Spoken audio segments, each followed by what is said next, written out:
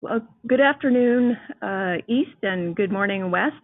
Thank you all for joining us. This is Jen Reed with the Science Collaborative, and I'm joined today here in the room by Megan Brass, Lynn Vaccaro, and Nick Soberla. And also on the line are Melissa Ide and Jeremy Cothran from the Centralized Data Management Office, part of our team, as well as Dwight Trueblood from NOAA's Office for Coastal Management. You'll hear from a few of us in this room today. And then I want to let you all know that we are recording the webinar. After we wrap up today, we will post that recording as well as adding the questions that we received during the question and answer period to our running or cumulative Q&A document for the RFP. Both of these will be posted to the funding opportunity page on our website. Just a little bit of housekeeping before we get started. It would be great if you could mute yourselves during the initial presentation, just so if there's any background noise or typing or anything, that's sort of kept to a minimum. But please remember to unmute later if you would like to ask a question verbally. Now, you're always welcome to use the question function in GoToWebinar. It's on your console there. And you can use that at any point to enter questions as they occur to you throughout the webinar, and then we will take them sort of in the order that we receive them. The bulk of our time today is going to be with an open Q&A format. During that time, as I said, we'll answer the written questions first and then take verbal questions if anybody has them. Occasionally, we might ask as we read a written question for a bit of clarification. So just be prepared. If you hear your question, we might ask you for clarification.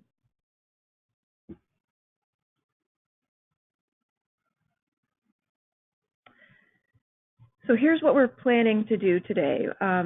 Basically to walk through a summary of the collaborative research opportunity, including the timeline, key requirements, and the review criteria. To help illustrate the types of projects that this request for proposal opportunities is designed to support, we're going to also offer 2 project examples from prior competitions.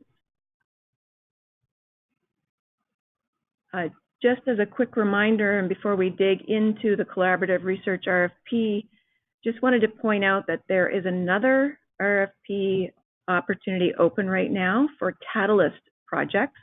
We'll be discussing that on a webinar on Tuesday, November 12th at 3:30.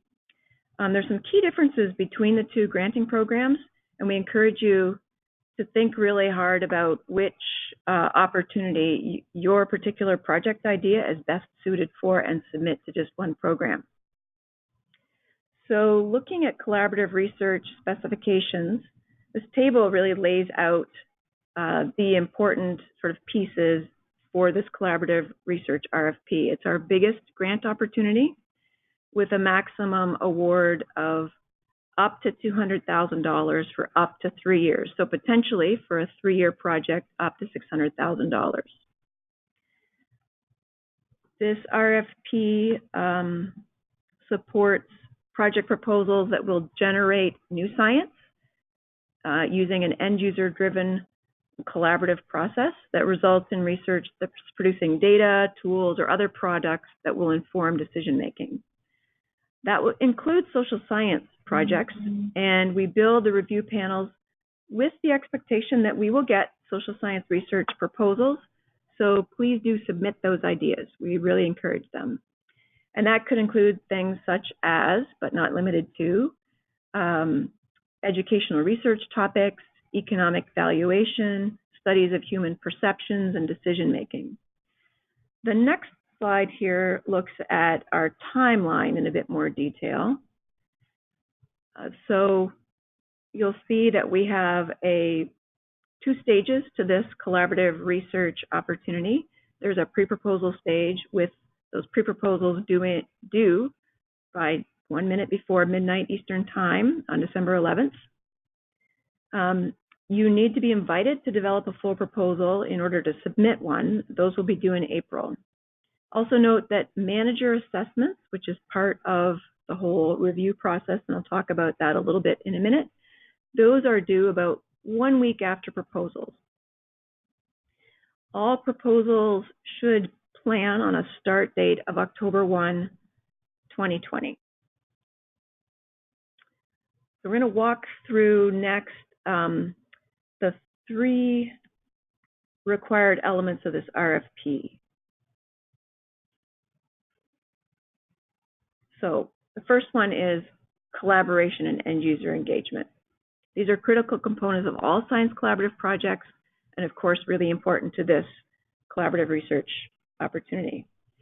And we spent some time looking back at all the reviewer comments from our sort of past collaborative research RFP processes, and it's clear that this topic can really determine a proposal's success in the review process. It's really an important piece to pay attention to. So we're going to walk through each element and then offer a couple of project examples that will help make it more tangible, but bear in mind these are examples and not exactly what we're looking for, but they're illustrative of what good collaboration and end user engagement looks like. So a proposal should very clearly state the intended user of the project outputs. We encourage you to be as specific as you can be. So rather than use broad terms such as coastal managers, you might be in position to specify that the offices within this department, within this agency, that oversee this activity, such as permitting for shoreline projects, are our intended end users. We don't accept letters of support at the pre-proposal stage, so it's important to include details in your narratives about how end users have been involved and helped shape the project. This lets reviewers see how the project is responsive to end users. And it also demonstrates that the team has a good understanding of the management context and the people who will be in position to apply your results. Your project approach should outline technical methods, as well as methods for collaborating with intended users. Ideally, these are woven together. They're not 2 separate processes that sort of occur side by side, but they're woven together in a logical way, such that end users are consulted at the right moments to influence key decisions in the research process. And that will vary depending on the kind of project you have and the kinds of end users you have. It just has to make good logical sense within the context of your proposal. The RFP also indicates that you might identify a collaborative lead. The collaborative lead should be a person who is skilled and has the practical applications to do that. So that collaborative lead is responsible for the full engagement of end users by helping to develop and manage a process that ensures that their input is meaningful, that there are mechanisms for the team to be adaptive and responsive to end user input. The person should have the experience and skills that would allow them to design and implement this process, and that provides the team with the input it needs from the end users to produce outputs that are responsive to their needs.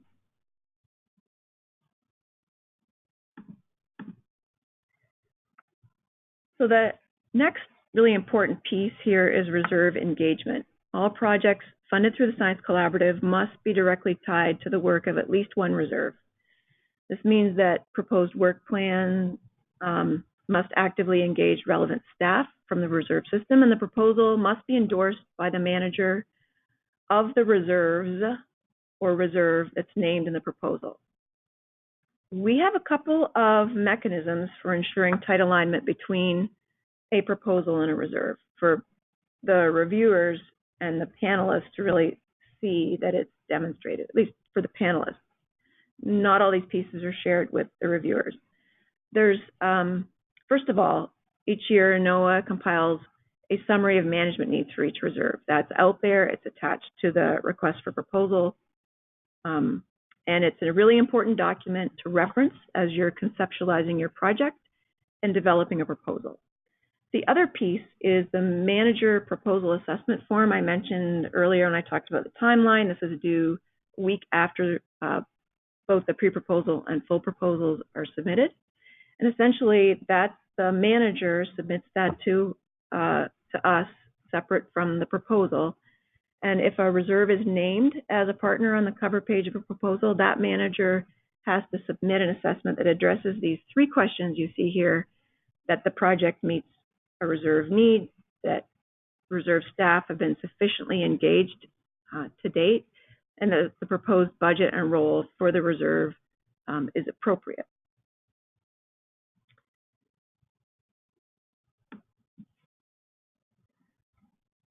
So the next piece that's really important to consider are the data sharing expectations.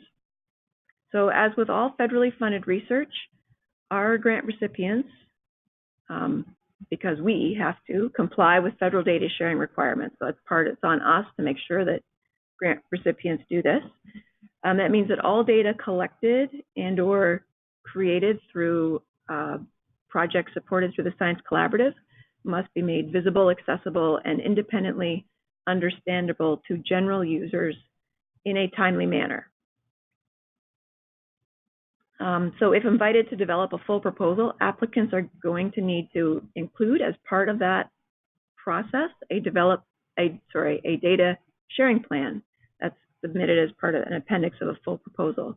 At the pre-proposal stage, where you're thinking about right now, you just really need to consider that the budget implications of this requirement and make sure you've incorporated into your budget that you submit with your pre-proposal the resources that you'll need to do your data management. Just because you cannot ask for a higher amount at the full proposal stage. So our rough rule of thumb is you should assume, say, 10 to 15% of your overall budget should be dedicated to data management and data sharing. But again, those costs may be different if you have a different kind of a project that is some kind of sort of special methodology or something. So take some time to think about that and make sure you get it adequately budgeted at the pre-proposal stage. So folks might ask what data sharing looks like in this program. We encourage you to, when you have technical questions, to reach out to folks at the Centralized Data Management Office. But just keep in mind, sort of generally, it's going to take a little bit of extra effort to get your data sets and your metadata cleaned up and in the required format to be made publicly available at the time that your grant wraps up. And you need to have the resources in your budget to do that. Our teams have used a variety of data sharing portals in the past, and there's definitely a wide range to choose from. We encourage you to look for places where similar types of data are being archived. There are a few of those portals listed on this slide: the NCBI Gene Bank, the Decoder of Life database. CDMO itself is a great place to have your data, NERRS-related data, because the Centralized Data Management Office is the place where provides long-term archival and data access for the system-wide monitoring data for the NERRS system.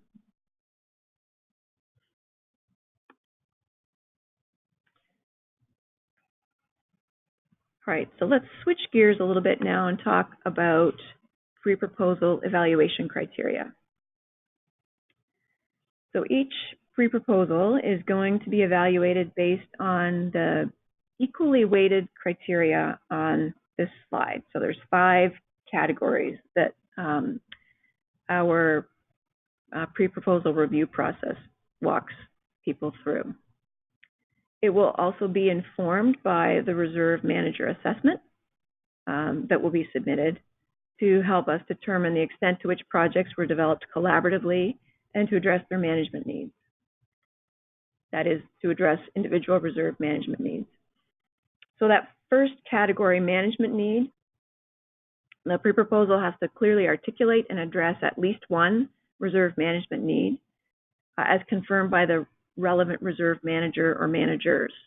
So a reminder that that's appended to the RFP, and that's the place to start. Make sure that you have a good grasp of the management needs as articulated by the reserves with which you plan to collaborate. It has to be responsive to end users. So the pre-proposal has to identify who the end users are, their particular need, and articulate how planned outputs are going to meet those needs.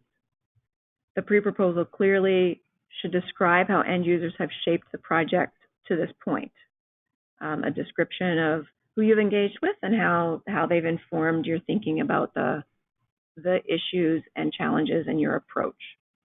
The approach should address a well-defined research question. It should also include a description of the collaborative process that demonstrates how end users are meaningfully integrated and how overall is likely to result in the planned output. We also look at the team.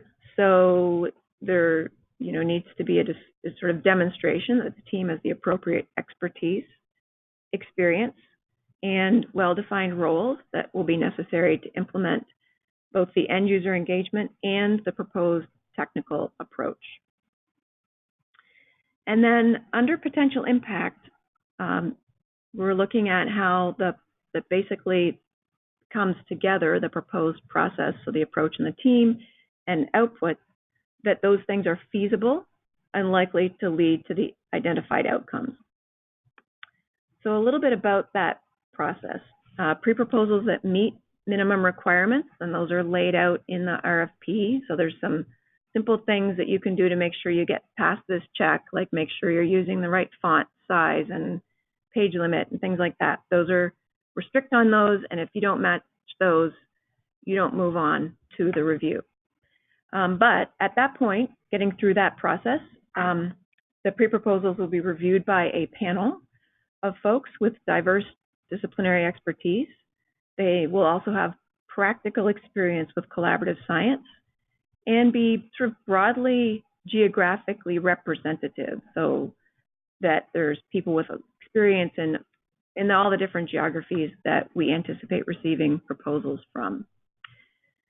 This panel will be responsible for reviewing pre-proposals, and then it will also reconvene at the final review stage to provide recommendations about invited full proposals. So the team that reviews the pre-proposals also reviews the full proposals and has access to sort of how the team has responded to comments and reviews along the way. There will be 2 steps in the pre-proposal phase. First, a written review. It's going to be, each pre-proposal will be matched to a panel member who's going to conduct a written review where the reviewer is asked to rate and provide comments according to these 5 pre-proposal evaluation criteria. Then we'll convene a meeting with the panel to discuss their written reviews and the reserve manager assessment. The panel will discuss strengths and weaknesses and any discrepancies among the written reviews. So just strengths and weaknesses of the pre-proposal, as well as any discrepancies among the written reviews, and identify top pre-proposals to advance in the competition. And then when that's done, applicants are going to receive the written reviews and a summary of the panel's discussion of their pre-proposal, which will help inform, for those who are invited to full proposal, what you do to develop that full proposal, and help folks who maybe don't make it to that next step understand what they can do to strengthen their proposal idea next time. So to help illustrate the types of projects that this program can support, Megan and Lynn are going to walk you through 2 example projects. They'll give some emphasis to management context, the collaborative aspects, because these are elements that can make or break a pre-proposal during the review process. So I'm going to turn it over to Lynn first. Hi, thanks, Jen. This is Lynn here speaking. So I'm going to give you a quick sketch of the first of 2 project examples for today. So this project is based in Cape Cod at the Wacoit Bay Reserve and involves researchers from Stonehill College and Woods Hole Oceanographic Institute. And although this project hasn't wrapped up yet, it's a great example of a project that's answering a really interesting scientific question using cutting-edge methods and also meeting an immediate management need. So what does that need? towns along Cape Cod are under regulatory pressure to address the problem of excess nitrogen in the bay, and some of those towns would like to use oyster aquaculture as a mitigation measure. However, to get regulatory credit for oyster culturing operations, they need better science. They need trusted, locally relevant numbers and models, as well as simple field methods to verify that an oyster farm is indeed removing a specified amount of nitrogen from the water. So how is the project meeting this need? I'm giving just a very kind of sort of rough sketch of this, but basically they've set up a field experiment with 3 different commonly used oyster culturing methods, and they're using a suite of genetic and biogeochemical approaches to compare the way nitrogen is processed. And apparently what happens in the mud below different types of culturing operations isn't well characterized, and processes such as denitrification could be really important for removing nitrogen from the bay. So in this case, the information generated by the project is meant to be of use to municipalities along Cape Cod, the Regional Cape Cod Planning Commission, as well as the state-level regulators that approve the water quality mitigation plans developed by towns. The reserve staff are also end users. For example, they're already using some of the science in their training and their education programs. So this is a topic of importance to the reserve, and reserve staff have good relationships with many of the key users for this project, which makes it a really nice collaboration opportunity. For example, the Wacoit Bay Coastal Training Program Coordinator serves as the collaborative lead for this project and has facilitated some really important connections for the project. And the Reserve Education Coordinator is also on the team and is using some of the science from this project in teacher programs as well as visitor programs and signage and things at the reserve. Their collaborative approach is pretty straightforward. There's staff actually from the town of Falmouth that are funded through the project, and they are the ones actually responsible for the installation and for the maintenance of the oyster culturing experiment, which is a really terrific role. They've got experience and capacity to do that. The collaborative lead, who's the CTPC at the Wacoit Bay Reserve, also facilitates what they call an end user advisory group for this project. And that group is convened sort of on an as-needed basis to review plans and preliminary results. They've provided some key input, for example, at the permitting stage when they're running into some issues. And then, the collaborative lead is also follows up with folks who maybe can't come to a specific event, especially some of the key state officials might require, a one-on-one sort of engagement separate from the formal meetings. And then they've also got some plans for reaching a wider audience as the project wraps up. For example, they're developing a brochure and a training curriculum specifically for new growers and for folks who are seeking growing licenses around Cape Cod. That's a little sketch of one project example, and I'll turn it over to Megan to share another one. Sure, thanks, Lynn. So the next project you see here represented on the next slide is a project we wanted to highlight because it's a great model for large multi-reserve projects. And it has an ambitious but well-structured collaborative approach. So this project is led by reserve staff, and they're looking at thin layer sediment placement as a potential adaptation strategy for enhancing coastal marsh resilience. And the management need is really focused on the fact that sea level rise threatens many coastal marshes, and there's growing interest in using strategies like thin layer sediment placement to enhance marsh resilience. But there are a lot of questions around this strategy and how best to implement it, including questions about methods, permitting, and monitoring. And so that's kind of where the management need is focused. When and how can this strategy work? And the work is focused on, the research is focused on a replicated restoration experiment that's happening at 8 reserves across the country.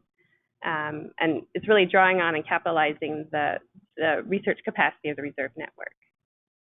The end users are of course, the reserves that are participating, as they're interested in understanding the restoration activities because they might conduct them themselves or promote them in their regions.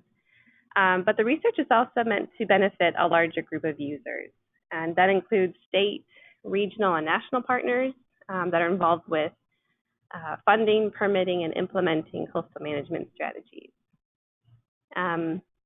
And so the project is really about engaging those individuals who express an interest in better understanding the strategy. The reserves engaged, pretty heavily in this project.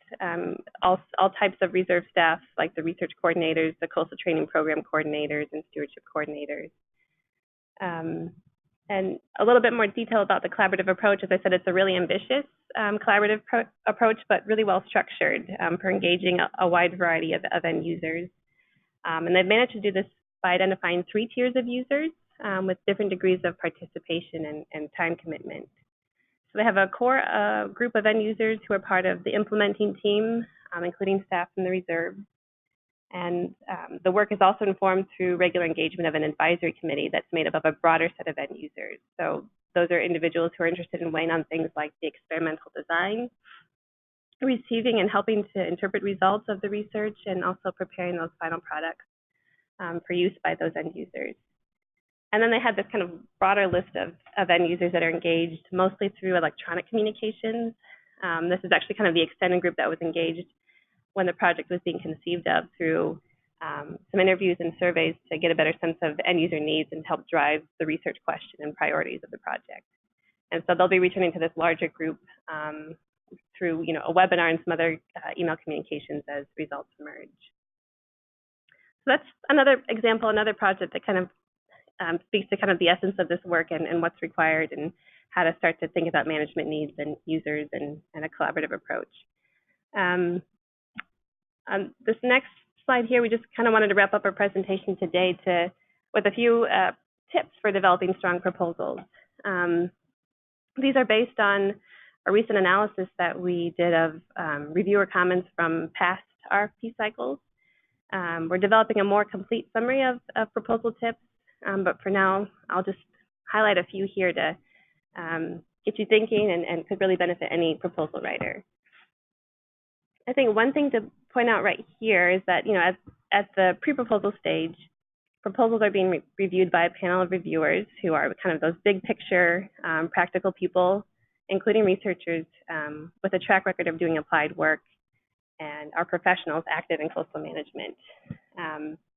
They're being tasked with identifying the best pre-proposals to advance in the competition, so those with the clearest connection and response to end user needs, including a reserve management need. Pre-proposals that are scientifically sound and absolutely feasible within the project period. So this slide has some tips that are kind of organized around the key elements of the pre-proposals. And so we just want to throw out a few tips related to each element here. So the first one, as you're thinking about your problem statement, be sure to keep it simple, clear, and focused. Find an organized way to identify the primary end users and state their connection to the focal issue. Use that space to demonstrate that you understand the decision-making landscape and the people that are involved in the issue. And because this grant program is meant to address reserve management needs, it is appropriate to think of the reserves as one of the project's primary end users, even if the project is led by reserve staff. As you think about your outputs and outcomes, make sure you distinguish between outputs, so those specific products that you can point to, and the outcomes, which are the bigger impacts you're trying to achieve. You'd be surprised at how often applicants don't pay attention to the definitions and kind of mix them up and kind of throw together a collection of outputs and outcomes that are hard to distinguish and understand. So if you take the time to list them separately and think through them thoroughly and do them justice within your pre-proposal, it usually plays out quite well for you. Make an effort to connect the dots between the needs that you're articulating, those primary end users, and how those outputs will benefit the end users, and then how the outputs will lead to the desired outcomes. So there's kind of a natural flow as you're talking about these critical components of your proposed work. Don't assume that reviewers will understand something that's only implied, vague, or loosely connected. It's always important to spell it out as best you can. As you get to the project approach, with any research proposal, reviewers will be looking for a clearly stated research question to guide the work.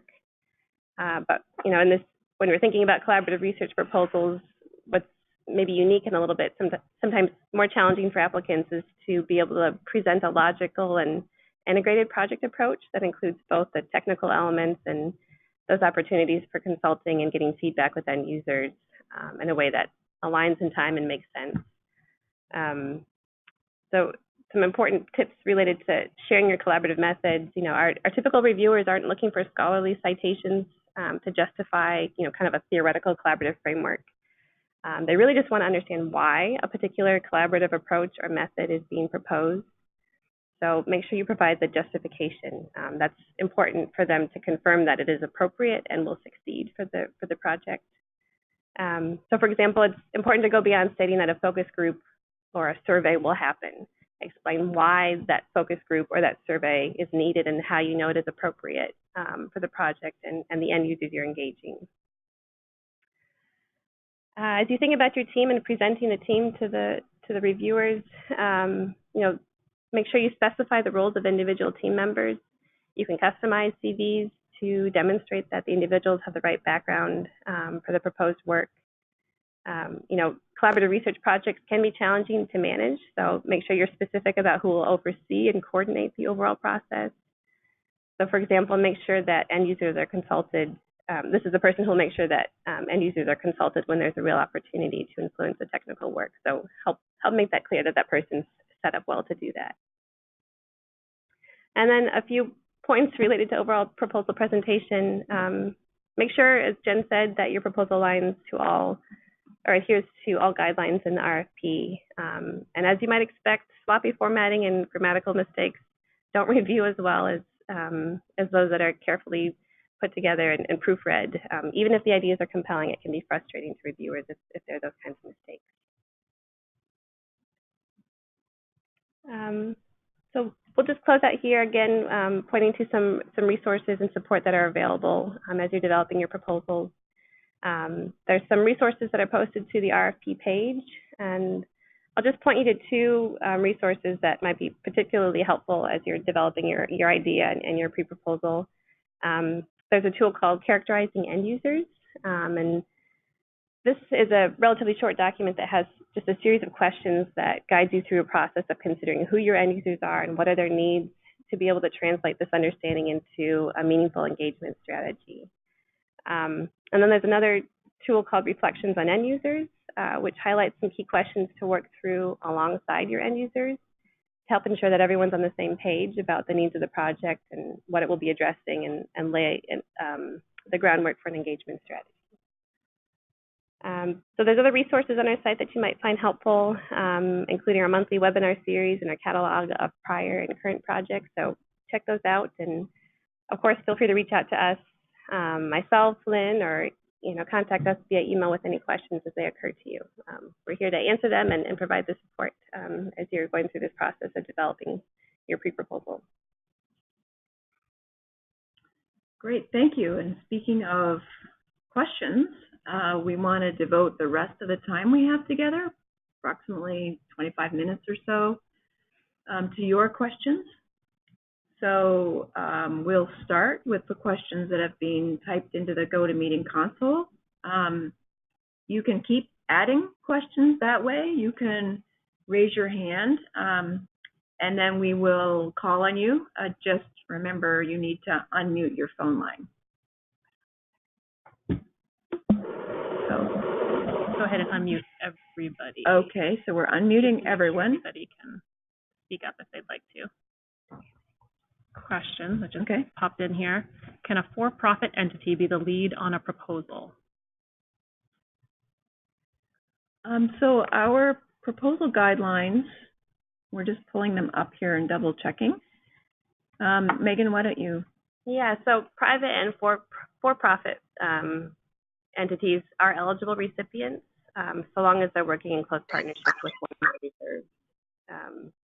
Okay, so the response is yes, but you have to be working in close partnership with the reserve and meet all of those requirements we mentioned earlier.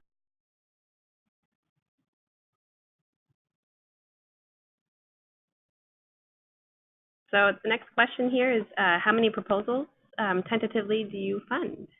Oh, great question. So I think we are anticipating, and again, it really depends on how many quality proposals we receive, but we anticipate supporting 5 to 6 collaborative research projects under this RFP, and probably a similar number under the Catalyst opportunity that's open currently. I've got a question here about budget. At the pre-proposal stage, are you looking for the total budget number only rather than each line item amount? Yeah, great question about sort of the amount of budget detail required at the pre-proposal stage. And that is just your bottom line. So basically, you would probably develop a spreadsheet with all your line items and have that so you know what the bottom line is, but all we want is that final number of what you'll be requesting over how many years.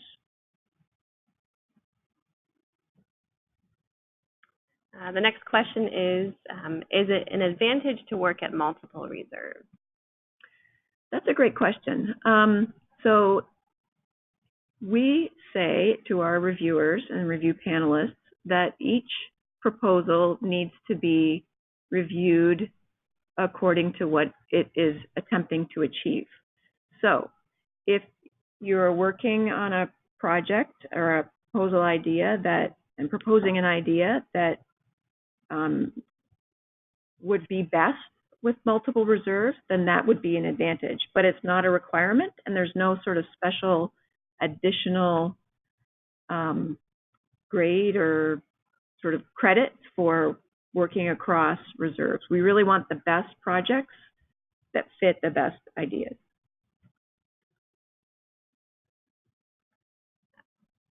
We have another question here about experiences providing honorariums for participation in collaborative research projects. So this can be especially helpful with engaging nonprofit community partner end users. So what added language may be necessary to strengthen the justification for an honorarium? That's a great question. So at the pre-proposal stage, just making it clear that, some of the end users with which your team proposes to engage just require additional support to be part of the project because of where they're from, like they're community members who are serving in their personal and private capacity, or they come from a nonprofit that doesn't have a large budget and can't cover their time, or you're recognizing they're working outside of their work hours. I mean, whatever the issue would or the reason would be, you would want to state that. And then if invited to full proposal, there'd be a little bit more justification you'd want to put in that line item, and it would be a separate line item, and you'd explain sort of how much per end user and the fact that it is an honorarium in recognition of their work outside their regular work. Does that make sense? I hope. Question about match for this one, this opportunity, as well as the Catalyst opportunity. Is there a cost match requirement? So we do not require matching funds for science collaborative opportunities for collaborative research or Catalyst or science transfer when that comes up. Not required. Got another question that just rolled in. So what's the major difference in collaborative science and collaborative proposals? Or, yes, collaborative science and Catalyst proposals. Yeah, I mean, this is Lynn. I guess there's a few key differences. One, the Catalyst, grant is a smaller, award amount, and they're really for one-year projects that are meant to really kind of kickstart a collaborative science idea, and that includes both kind of jump-starting, maybe a new collaborative science idea, or taking some existing work to the next level, and making it more applicable to a particular, management need. The collaborative research opportunity is 3-year endeavor and is really meant to support, the generation of some new science and some projects that can kind of go deeper into a single topic.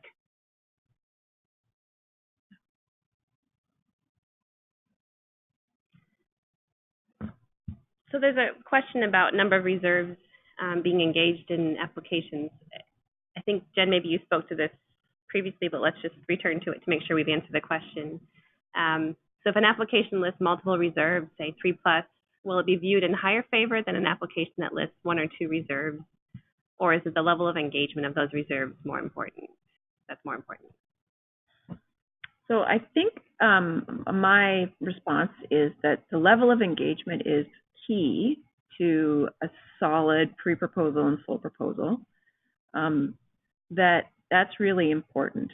And so if your project idea or your proposal idea would work best with just a couple of reserves or even 1 reserve, then that's the way you should take your project idea. If you have a project idea that works well, like the one Megan shared, we didn't share it necessarily because it was multiple reserves, but it's a good example of sort of how multiple reserves have been engaged in a single project.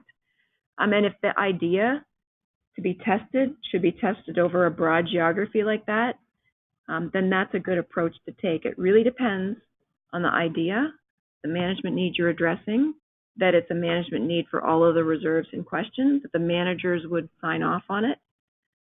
So there's a lot of sort of those little nuances to think about in conveying that story in your pre-proposal.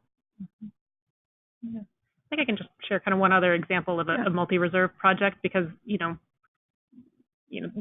this is a reserve network. It lends itself well to multi-reserve types of projects potentially.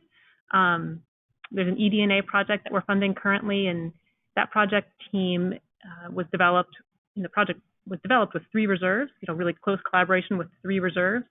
But they wrote into their proposal the goal of engaging another tier of reserve in their second year of fieldwork.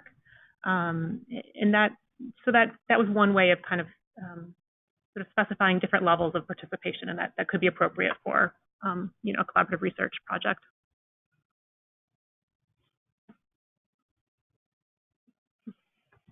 I have another question here. Is there any advantage or disadvantage to reserves that have had or have previous science collaborative projects? So there's no advantage or disadvantage. Each proposal is reviewed as its own, for its own internal logic, and then that comes together at the review panel stages, both the pre-proposal and full proposal stage. Whether a reserve has led or not prior projects is never part of the conversation. It's really that particular set of projects in that given year.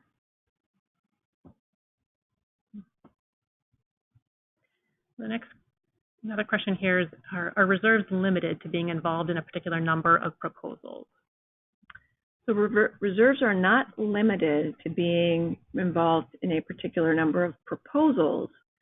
However, we do have in both the collaborative research and the catalyst opportunities sort of secondary selection criteria that, if needed to be implemented, we have one of the criterion is that no reserve would lead more than one project for one of those opportunities. But they could lead a project for both catalyst and collaborative research, but they couldn't lead, say, 2 collaborative research projects. They can be partners on multiple projects, they just can't lead multiple projects.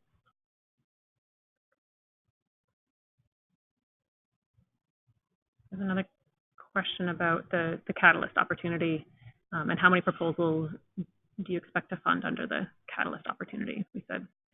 Yeah, so earlier I said we were aiming for about the same number as under collaborative research, so approximately 5 to 6. Not having seen them and not having heard the panel discuss them, we don't know, but that's approximately the resources we have budgeted. Another question here, should the proposal be submitted through a reserve as the lead institution, or should it be submitted through the collaborator? like a university, state agency, et cetera, or does it matter? So it doesn't matter. It's whatever makes the most sense for that project team and the project approach. And, thinking too, there's also the element of just managing the grant. Some Right. folks are better suited to do just the financial management. Sorry, reading between the lines, that's what I meant by Yeah. what makes the most sense for the project team.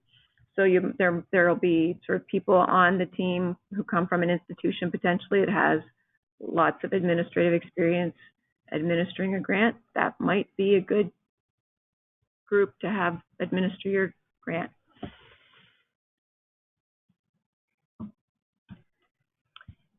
Is there a disadvantage to submitting multiple proposals for each type of grant? Well, if you want to sleep between now and being facetious, no, there's no disadvantage. As I said, each pre-proposal, and then if invited to full, each full proposal is considered under its own merit and weighed against all the others in the pool. However, we discourage you from submitting the same idea to, the collaborative research and the catalyst. That is a good point. So yes, we wouldn't be very happy to see the same idea show up in the collaborative research and the catalyst opportunity. That's why they're open at the same time, because your idea is going to suit one or the other better, and we want to see it in that pool. Another question that's come in here. Does a collaborative research project have an advantage if it started as a catalyst project? So an advantage in the sense of, like, at the review criteria, sort of review process, no. Again, every project is weighed against all the other, for itself and then against all the other projects. But of course, if it's coming out of a catalyst, it's got a team together, it's got some findings and some ideas, and should probably be pretty strong. That was part of the catalyst selection process, was identifying ideas that could go on to be strong collaborative research proposals. Well, here's another question about scope of a project. Can a large percentage of the research take place outside of a reserve? For example, nutrient pollution from individual septic systems, to measure, for example, their impact on a reserve. Yeah, that's a great question. The question is about sort of geographic location of the research, and whether that can occur outside of reserve boundaries. And Megan, I think you wanted to say something about that. Yeah, as I say, it's not required to be located within the physical boundaries of a reserve or necessarily within the watershed. But projects must be directly related to at least one reserve, address at least one or more reserve management needs, as you've heard us say, and must have the full support of the relevant reserve managers, so as demonstrated through those proposal assessments. So if you're engaging the reserve and they're underlining or underscoring the importance of the work, that's sufficient. There's actually one question just popped in. Okay. So would it be a disadvantage to submit a proposal with a relatively smaller budget compared to the maximum amount? For example, plus or minus 50K. Okay, great question. Sort of asking about that budget piece, and is there a disadvantage, for example, of asking for less funds? I'd say no, that it would be scoped and scaled to the idea, and it would be clear from the description and the approach that this is an appropriate budget for the project, and that's what the reviewers are looking for. So it's not a disadvantage. There's kind of a second part to this question about what are the average grant award values from past years. And it might be worth just noting that the maximum amount this year is actually a little lower than prior competitions. Yeah, so in most years, most teams ask for something close to the ceiling, but I think we all know that that's what we try and do to maximize our projects. We've had several projects, though, that have been great, that have been, I would say even significantly less than what the ceiling is, done a great job, have been reviewed very well.